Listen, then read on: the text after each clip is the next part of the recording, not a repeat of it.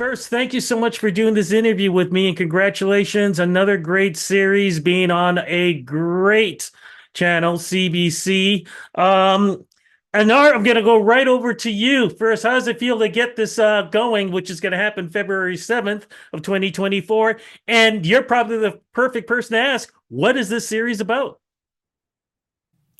First of all, so excited, can't even tell you. And then to be here with all of these people is just like such a joy.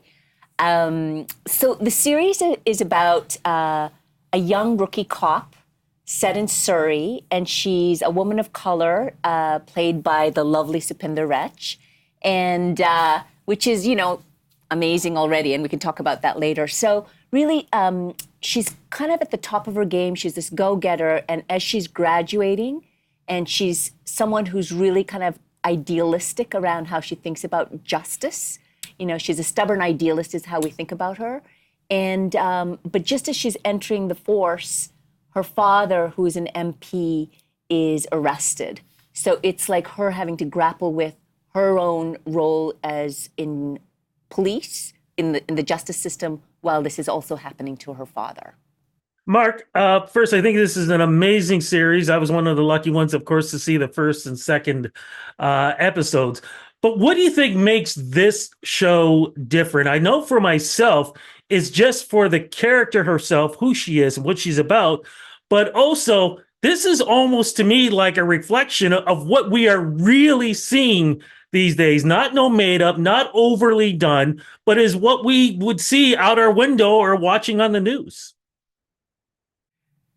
Yeah, I think you're right. And this is the second police show that I've been involved with. And the first one, which was Flashpoint, was really, I think, glamorized what the world of policing could be. This guy, of course, was in that show. But that show was about the human cost of heroism. And we painted a portrait of those cops as being heroes. We didn't ask too many questions. Each episode brought a sense of closure to the case. This show is different. I think we live in a very different world. I think that we need to look at policing through a very different lens. We have two cops that are not elite greyhounds. One is at the edge of retirement and is jaded and facing questions, and the other is entering as a young rookie. And we put them into this world where they're allowed to ask some questions. The justice system is broken. It isn't working. How can we do, as two cops at the beginning and the ends of our career, a little bit of good to try and change things? So this series is really a reflection, more of a reflection of the reality that we face today, I think. Supinder, I'm going to go over to you first, right off the top. How does it feel that you will be a role model when people get a chance to watch this? And also, how does it feel playing a character that basically just wants to be able to do her job, but because of all of the things that she did know about going into this, and then affecting what ends up happening in affecting her family life, just shows the vulnerability and the strength in one person all at the same time? It's a beautiful question. Thank you, Rudy. I think, I think it's, this is what I've wanted to do my entire career, and so the fact that I'm here today, I'm very excited to be the face of this show. And in terms of being a role model, I think I'm also, I recognize the fact that, it's my eyes, my nose, whatever, it's my face, but I think that it's reflective of a community that's up here. It's not just me, it's all of us up here, and it's so special to me. In terms of what Sabrina's going through, I think that it's working through her character is, it was just like, okay, where is she at today? There's so much going on in terms of who could she trust? What does the police force mean to her? What is this ideology that she had about this other community that she, her father grew within, that she aspired to grow within, this family legacy that she has of service. And it all comes crashing down, that everything that she believed isn't as it is. What does it look like when somebody has to remake reality for themselves in order to see truth.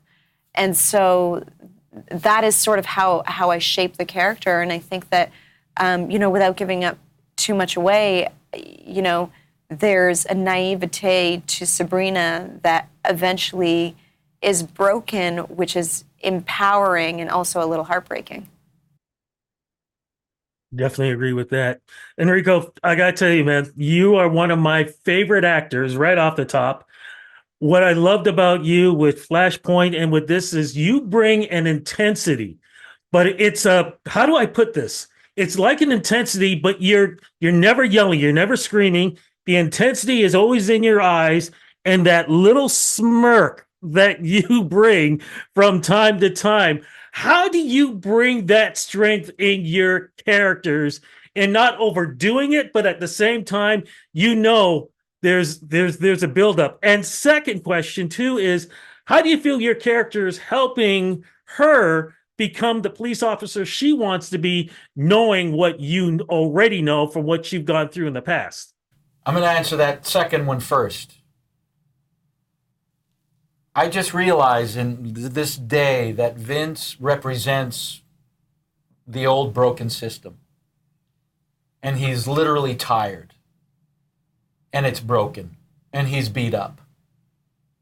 He really is the metaphor for the system, the white patriarchal system. Mm. And having a character like Sabrina come into his life infuses new life into him.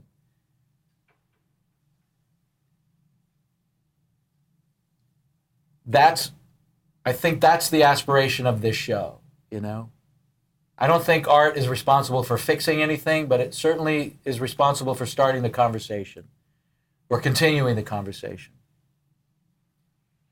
So I don't know if that actually answered the second part, but that's how I feel about it. And a balance between the two worlds, the two generations, really coming together and healing each other. That's what the experience was for me. Mm. As far as my smirk, I want to know. Working with her, and the joy and the fun that we had, and the writing. I've worked with this man and his wife, Stephanie. So when I read it, and I don't know, Anar, I've never put the pressure on you to say it or not, but if it was your intention to hire me, it was clear in the writing. Do you know what I mean? It was always clear in the writing. Reading it, I go, they understand my humor, they understand my colloquialism, they understand my rhythm, and it's all on the page. So Vince is probably the closest to myself I've ever gotten to play. Mm. He's so comfortable, and and then combined with the gift of working with an open-hearted, emotional beauty of a... He doesn't like me at all. Dude. I can't say one shitty thing about this woman. I look and I look and I look and I look and I can't find it. Oh, man. So we cry a lot on the show. We're weepy cops. We're weepy cops. Bad cops. You know what? And I think as an audience member, I think we're going to be doing the same thing too as this goes along, because this really is about family, but different types of family, whether it be blood or brought together. I'm going to wrap this up, but Anar, I'm going to ask you the last question. What do you hope fans will get from this amazing series when they get the chance to be part of this? Yeah, that's a good question. So many things I hope, but one of the biggest things I think, you just see how beautiful Rico and Supinder are as people. And I think even before, at the very beginning of the show, when I was thinking about it, Vince, for instance, was always built as a good guy. I'd never thought about it the way Enrico just talked about it in terms of representing the broken system and Supinder representing the new. But there is something about that. But always, always, always in both of the characters was this idea of really being a accessible, really being, even though, for instance, Sabrina is a woman of color, there's many privileges she has as a middle-class educated woman. But there are also a lot of ways that she's on the outside looking in. And those kind of differences is really particular, especially for a woman of color, because as a woman in a man's world, especially in policing, but coming from a family of her family with long lineage and history and, middle class. So she kind of occupies these places where she has lots to learn about her own privileges and biases, but she has a lot to offer by shining a light on things that maybe as an outsider she gets to do. And the hope is, as Sabrina and Vince and all our characters journey, that our audience will also, through a fun, emotional way, also maybe look in the mirror themselves. And maybe that's a kind of a hopeful thing for our very polarized world, is to build a way of understanding for each other or of each other. Yeah. Amen to that. Folks, I want to say thank you so much for this interview. But more importantly, thank you so much for bringing a great series to television.